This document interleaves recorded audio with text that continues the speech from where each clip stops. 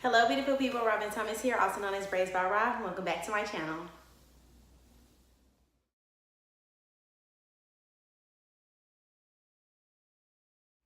Alrighty, so today is week 7 of our protective styling one-on-one, where you and I sit down, we talk, we discuss everything about protective braiding styles. And like I said, it is week 7 of our protective styling one-on-one series, and today is going to be all about weaves. So if you're interested in the pros and the cons, all about weaves as protective styles, please stay tuned. Younger, or since I was younger, I've known people to wear weaves. It's something that's just coming. But something that is also coming when it comes to weaves is the lack of knowledge. People only care about the end result when it comes to putting a style in, and not wanting to mess with their hair, as we do with many protective styles that are supposed to protect. So today is going to be a video all about weaves slash wigs, and I'm just going to go through each type, I guess. I'm just gonna go through them and talk about the pros and the cons. I hope the information that I give you all is good and is accurate enough to help you decide if a wig, weave, or sewing, or wig is the right protective style for you. So stay tuned. Okay, so let's start with wigs. Wigs to me are probably the best protective style when it comes to wearing wigs or weaves, in my opinion. Okay, in my opinion, wigs are the best option when it comes to wearing weaves as protective styles. Okay, so let's get into why I say that. So let's get into the pros. We all know that you can be super duper versatile when it comes to wigs. You can choose different curl patterns, choose different lengths. You go short, long, bob it out, you know what I'm saying? Have it down to your tailbone. You can have orange, purple, burgundy, red, green, orange. You literally can do anything. You can have tight curly, Brazilian curly, straight, Malaysian. They have all types of hair weaves out that you can choose from when it comes to your install, not just for wigs, but your install using weaves, period. Like, the options are endless. Your hair is braided down underneath. Now, some people, not all people, depending on the type of hair that they're installing, will actually do cornrows braided to your scalp. But let's just talk as if we are doing cornrows braided to your scalp. It's like, you get to braid your hair down, leave it alone, you know what I'm saying? Not worry about it. Wash it if it needs to be washed, in like 2 weeks or so, depending on how long you decide to keep your wigs in, or your wig in. If you want to, you can sew it down. You don't have to.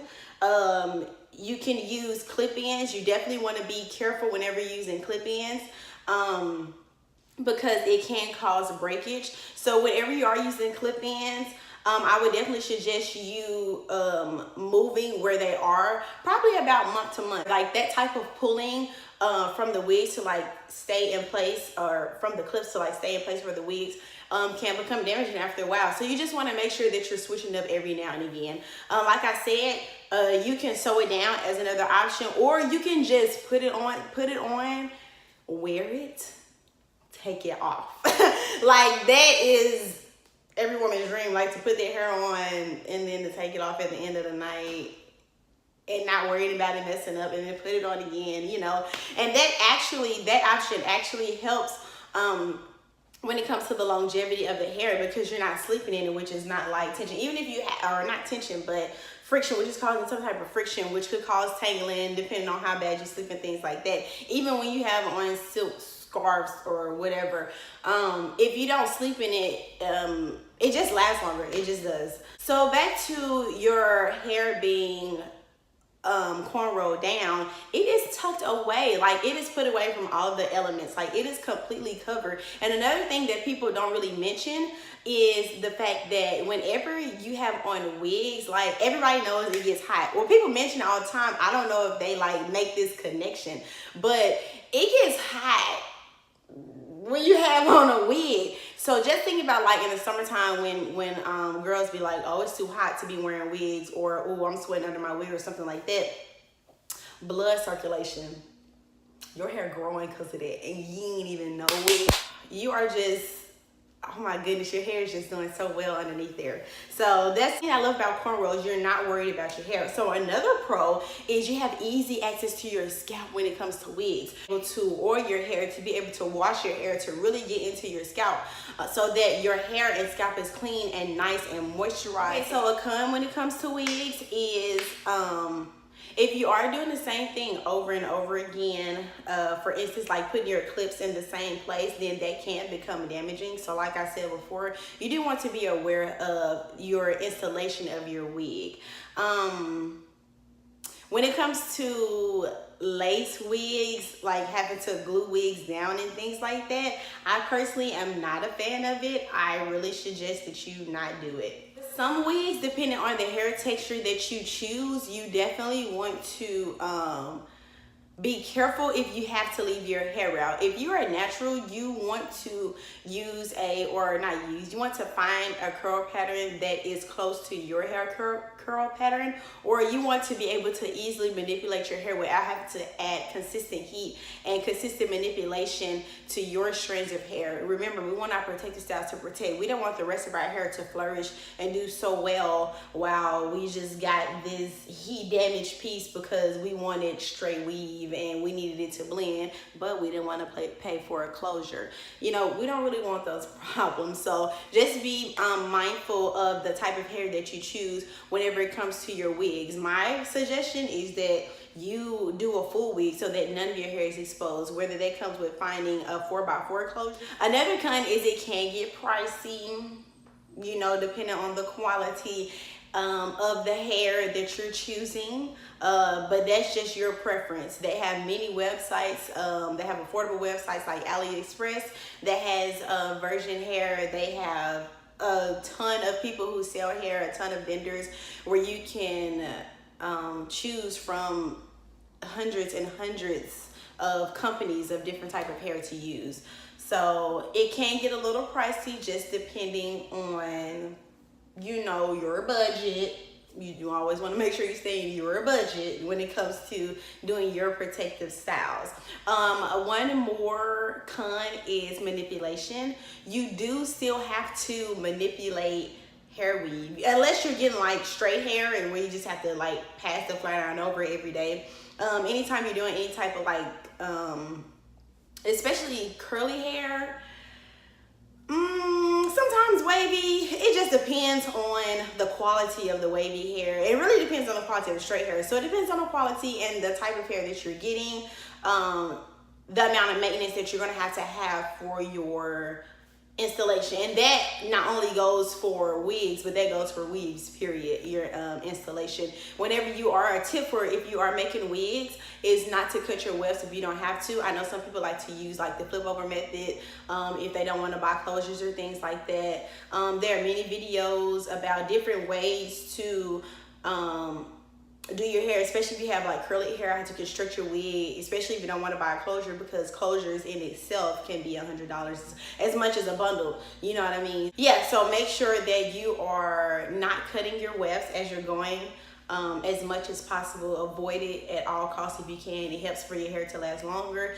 if you want to do another install, or if you want to keep wearing that same wig over and over and over and over again. And that's another pro. Like, you can wear the wig depending on the type and the quality of hair you get. You can have that sucker for so long. Okay, so let's get into sew-ins. Sew-ins actually were the big thing before wigs became the big thing. You know, when it came to adding extensions or weave tracks for your hair or to your hair. Sew-ins are a pretty good protective style to have, so let's go ahead and get into the pros and the cons of sew-ins. If you have a stylist, or if you yourself are installing your sew-in and you are not doing it too tight, you're not putting too much tension, your braid foundation is nice, you're starting off with a clean scalp, your sew-in is secure but not too tight, you're not pulling around your edges or around the nape or anything like that, then you are in good shape. You know, when it comes to sew-ins, you always want to make sure that when it comes to your sew-ins, that your installer, whether it is yourself or somebody else, it's very important to make sure that it's put in good. I mean, you really want it to be put in nice and neat, and you want the stitching to be well, you know, that's along with wigs.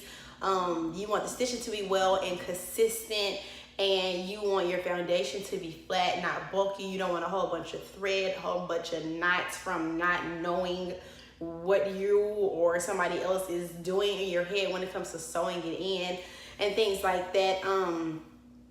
Because, and I say that part because you want to make sure your install is A1, so that you can keep and retain all of the length from your takedown. Because the takedown is when it can get a little tricky. All right, so really all of my pros for sew-ins are the same as the pros that I have for wigs. So I'm just going to jump into the cons when it comes to sew-ins. One con that you have is, even though you do have access to your scalp, you do not have the same amount of access as if you were to have on a wig, where you're able to take it off and put it on and things like that. So you do have access, but not as much access. Because you don't have as much access to it, and because the tracks are sewn like down into your hair and in your scalp and into your braids or whatever, sometimes when it comes for maintenance on sew-ins, it can be a hassle, especially if you have extremely thick hair, when it comes to washing and when it comes to drying it. So the biggest issue that people have when it comes to sew-ins, I believe, is the maintenance. And one of the biggest problems that people have with maintenance specifically is when it comes to drying their hair. So if your hair is not able to dry completely, it can start stinking, it can get mildewy, it can start to get moldy and things like that. And that is something you don't want on your head. Be mindful when it comes to maintenance that it's probably going to be a while. You want to take your time, have some time out of your day. If you're going to get it done by somebody, you always want to make sure that your scalp is completely dry.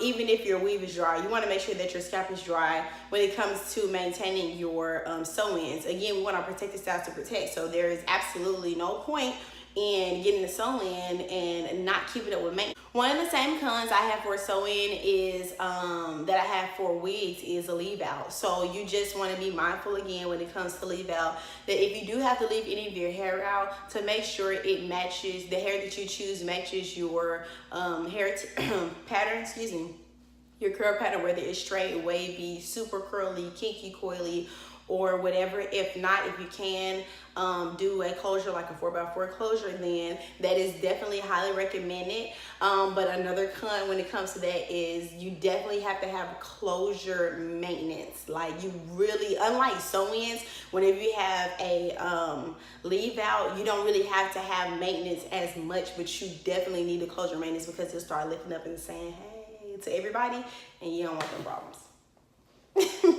Another con when it comes to sew-ins is when people cut the wefts. That was something that was mentioned on the wigs video, or not video, the wigs portion, is to make sure that whoever is installing to do the flip over method, try their best not to cut any of the wefts, because this helps with shedding, minimize shedding, and it helps the tracks to last long, even if you take that install out and put it back in. It just lasts longer, and you'll be thankful for not cutting the wefts in the long run. All right, so that is all the information I have today for you all on Okay, so that is all the information I have for you all today for weaves as protective styles. We talked about wigs, sew-ins, and quick weaves. So I hope the information, the pros and cons that I gave to you was helpful in deciding if using a weave is a good option for a protective style for you. If you like weaves, or if you use weaves, or if there was some information that I gave today that was that you feel like I need to be put up on game, go ahead and leave those in the comments so that I can learn too. You know, this is where we sit down and we discuss, so I'm learning as well as you are.